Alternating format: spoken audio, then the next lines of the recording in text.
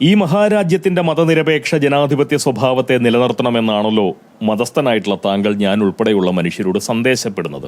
അയൽക്കാരനെ തന്തയായി ഗണിച്ചുകൊണ്ട് അന്യതാബോധത്തോടെയും അതിഥി ബുദ്ധിയോടെയും തറവാട്ടിൽ പാർക്കുന്ന മക്കൾ ആതിഥേയരായിട്ടുള്ള കുടുംബാംഗങ്ങളെ ആതിഥ്യ മര്യാദ പഠിപ്പിക്കാൻ ശ്രമിക്കുന്നത് കിഴുക്ക് കൊള്ളേണ്ട അല്പത്തരമാണെന്ന് മാത്രം പറഞ്ഞുകൊണ്ട്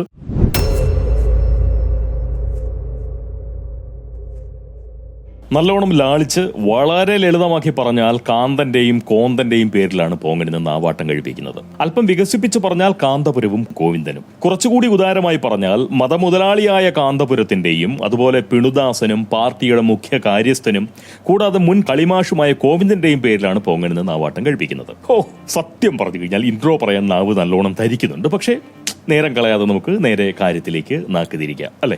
ഇൻട്രോ നമുക്ക് അടുത്ത തവണ മുതലാക്കാം. ഇൻട്രോ പ്രേമികളോടാണ് ഇത് പറഞ്ഞത്. സ്ത്രീ പുരുഷ സങ്കലനം, സ്ത്രീകളും പുരുഷന്മാരും ഒന്നായി ഒരുമിച്ച് കൂടി ഇടകലർന്നുള്ള ഏത് പദ്ധതി കൊണ്ടുവന്നാലും അത് ഇവിടുത്തെ ദീൻ പൊളിക്കാനുള്ള പദ്ധതിയാണ് എന്ന് നമ്മൾ മനസ്സിലാക്കണം, വളരെയധികം ചിന്തിക്കണം. അതിന് എല്ലാവരും അത്തരം പ്രവർത്തനങ്ങൾക്ക് കൂട്ടുനിൽക്കരുത് എന്നുകൂടി നിങ്ങളോട് ഞാൻ ഓർമ്മപ്പെടുത്തി.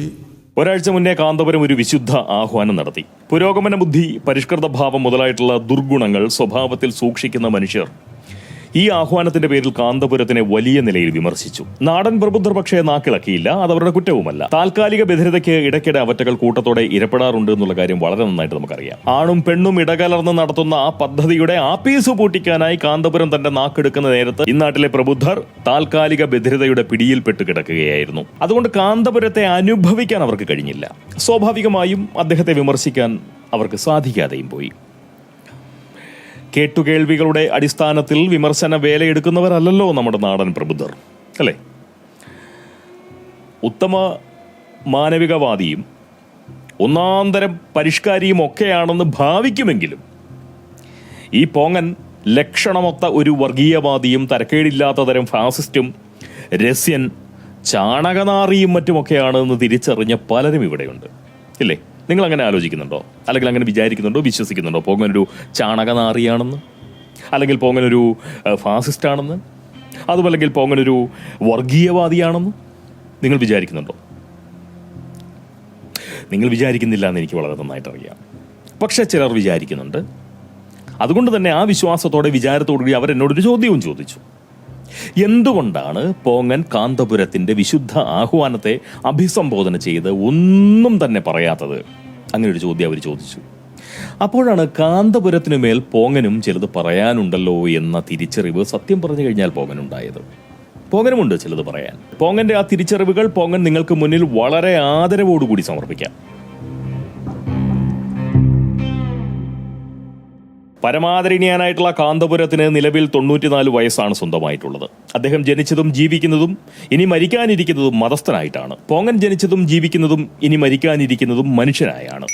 ഒരു മതസ്ഥൻ അല്ലെങ്കിൽ മതയജമാനൻ തന്റെ സഹമതസ്ഥർക്ക് മതജീവിത സംബന്ധിയായി എന്തെങ്കിലും നിർദ്ദേശം നൽകുന്നതിൽ വെറും മനുഷ്യൻ മാത്രമായിട്ടുള്ള ഈ പോങ്ങന് അഭിപ്രായം പറയാൻ എന്ത് അവകാശമാണുള്ളത്? മതസ്ഥർ മതസ്ഥരുടെ കാര്യത്തിലും മനുഷ്യർ മനുഷ്യരുടെ കാര്യത്തിലും തലയിടുന്നതാണ് ബുദ്ധി, അല്ലെങ്കിൽ ഒന്നും തന്നെ ഇടാതിരിക്കുന്നതാണ് സത്യസന്ധമായിട്ട് പറഞ്ഞു കഴിഞ്ഞാൽ ബുദ്ധി. നല്ലത് അതാണ്.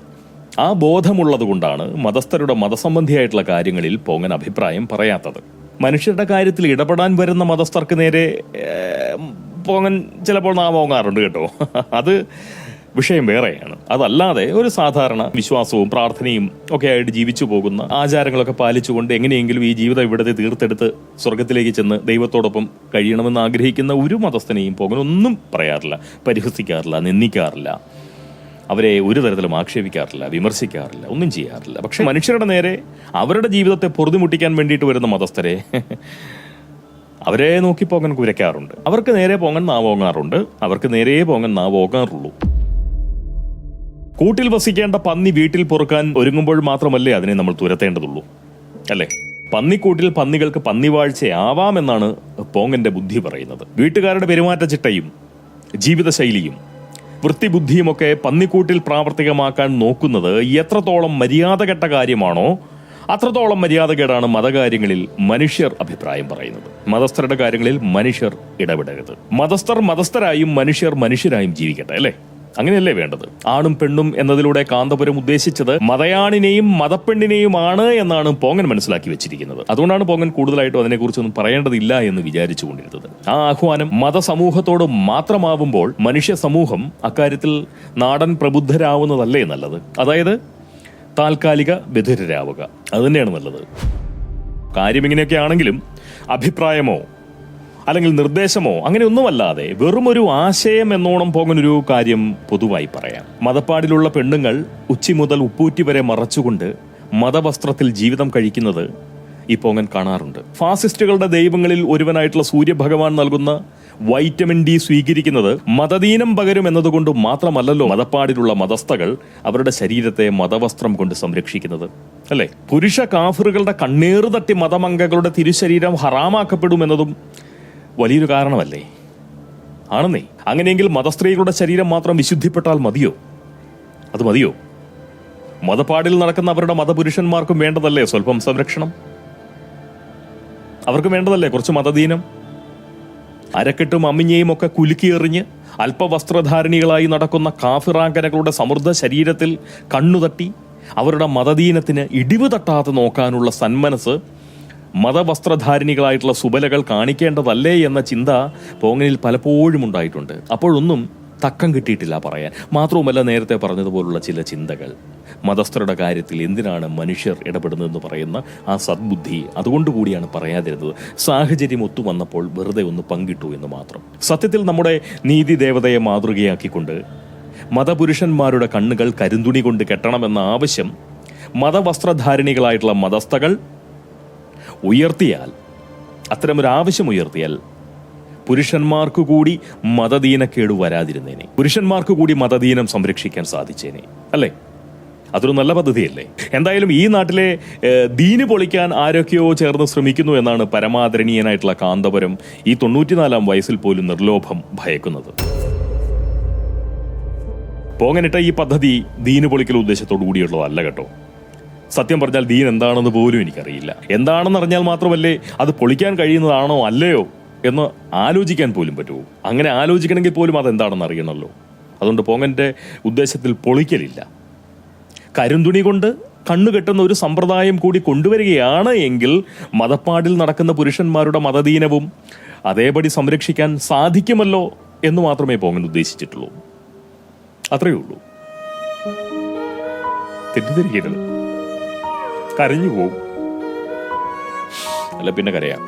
കാഫിറാങ്കനകൾ ഒരുമ്പെട്ട് നടക്കുന്ന നാട്ടിൽ വസ്ത്രവിരോധികളായിട്ടുള്ള വനിതകൾ വീറോടെ വിലസുന്ന കാലത്ത് മതപുരുഷന്മാരുടെ കണ്ണിനെങ്കിലും വേണ്ടതല്ലേ സ്വല്പം കാഫിർ കവചം?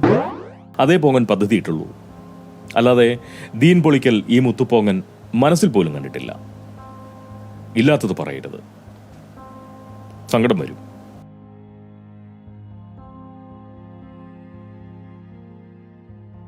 കഴിഞ്ഞ റിപ്പബ്ലിക് ദിനനാളിൽ പരമാദരണീയനായിട്ടുള്ള കാന്തപുരം മതനിരപേക്ഷ സംരക്ഷണാർത്ഥം ഒരു സന്ദേശം പുറപ്പെടുവിച്ചു. അത് മതസമൂഹത്തിനുള്ളതല്ല കേട്ടോ.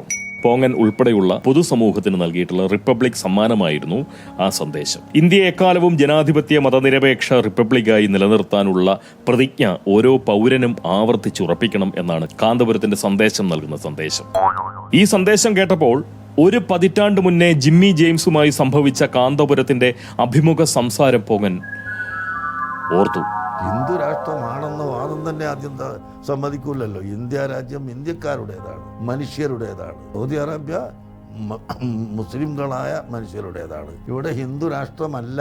ആദ്യം അത് പൊളിക്കണം. ഇവിടുത്തെ ദീൻ പൊളിക്കാനുള്ള പദ്ധതിയാണ്. ഇതെല്ലാം ഓർത്ത നിലയ്ക്ക് ഈ വീഡിയോയ്ക്ക് ഒരു അധ്യായം കൂടി വേണ്ടി വരും. ഒറ്റ അധ്യായത്തിൽ നിർത്താൻ പറ്റില്ല, നീണ്ടുപോകും. അത് നിങ്ങൾക്കും എനിക്കും അലോസരമാകും. തൽക്കാലം ഒരു കാര്യം പറഞ്ഞുകൊണ്ട് ഈ അധ്യായത്തിൽ നിന്ന് പോങ്ങൻ നാക്കെടുക്കാം. ഈ മഹാരാജ്യത്തിന്റെ മതനിരപേക്ഷ ജനാധിപത്യ സ്വഭാവത്തെ നിലനിർത്തണമെന്നാണല്ലോ മതസ്ഥനായിട്ടുള്ള താങ്കൾ, ഞാൻ ഉൾപ്പെടെയുള്ള മനുഷ്യരോട് സന്ദേശപ്പെടുന്നത്, അല്ലേ? ഈ മഹാഭാരതത്തിന് മതേതര ജനാധിപത്യ സ്വഭാവം പകർന്നു കൊടുത്തതും അത് പരിപാലിക്കുന്നതും അതിന് പതനം വരാതെ കാക്കുന്നതും ഇവിടുത്തെ മതസ്ഥരല്ല, ഈ പോങ്ങൻ ഉൾപ്പെടെയുള്ള മനുഷ്യരാണ്. കോടിക്കണക്കിന് വിടുന്ന മനുഷ്യർ. സഹനം ഈ നാടിന്റെ സമീപനമാണ്. സഹിഷ്ണുത ഭാരതീയരുടെ പൊതു സ്വഭാവമാണ്. സഹജീവി സ്നേഹം ഭാരതത്തിന്റെ സമ്പത്താണ്. അതുപോലെ സമത്വബുദ്ധിയും സമഭാവനയും സാഹോദര്യഭാവവും ഭൂതതയും സഹകരണ സിദ്ധിയും ഒന്നും ഒരിക്കലും ഈ രാജ്യത്തിന്റെ ദൗർബല്യമല്ല. സനാതനധർമ്മത്തിന്റെ അടിത്തറ പാകിയ മഹാശിലകളിൽപ്പെട്ടവ മാത്രമാണതെല്ലാം.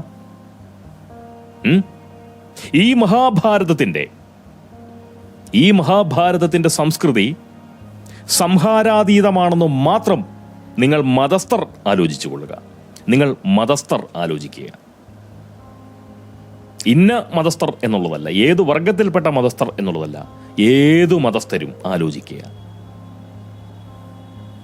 ജനാധിപത്യവും മതേതരത്വവും സംരക്ഷിക്കാൻ മതസ്ഥരുടെ ഉപദേശ നിർദ്ദേശങ്ങൾ ഈ നാടിന് ആവശ്യം വരില്ല എന്നാണ് പോങ്ങന്റെ വിചാരം, വിശ്വാസം. അതെ, അതങ്ങനെ തന്നെയാണ്. അയൽക്കാരനെ തന്തയായി ഗണിച്ചുകൊണ്ട് അന്യതാബോധത്തോടെയും അതിഥി ബുദ്ധിയോടെയും തറവാട്ടിൽ പാർക്കുന്ന മക്കൾ ആതിഥേയരായിട്ടുള്ള കുടുംബാംഗങ്ങളെ ആതിഥ്യ മര്യാദ പഠിപ്പിക്കാൻ ശ്രമിക്കുന്നത് കിഴുക്ക് കൊള്ളേണ്ട അല്പത്തരമാണെന്ന് മാത്രം പറഞ്ഞുകൊണ്ട് പൊങ്ങൻ നിർത്തുന്നു. നല്ല കിഴുക്ക് കൊള്ളേണ്ടതാണ്. ബാക്കി അടുത്ത അധ്യായത്തിൽ. അത്രയേ ഉള്ളൂ.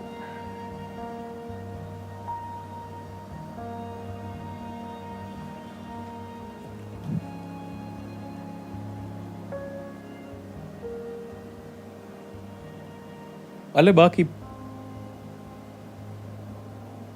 വേണ്ട, സമയം ഒരുപാടായി. അടുത്ത അധ്യായത്തിൽ തന്നെ പറഞ്ഞു തീർക്കാം.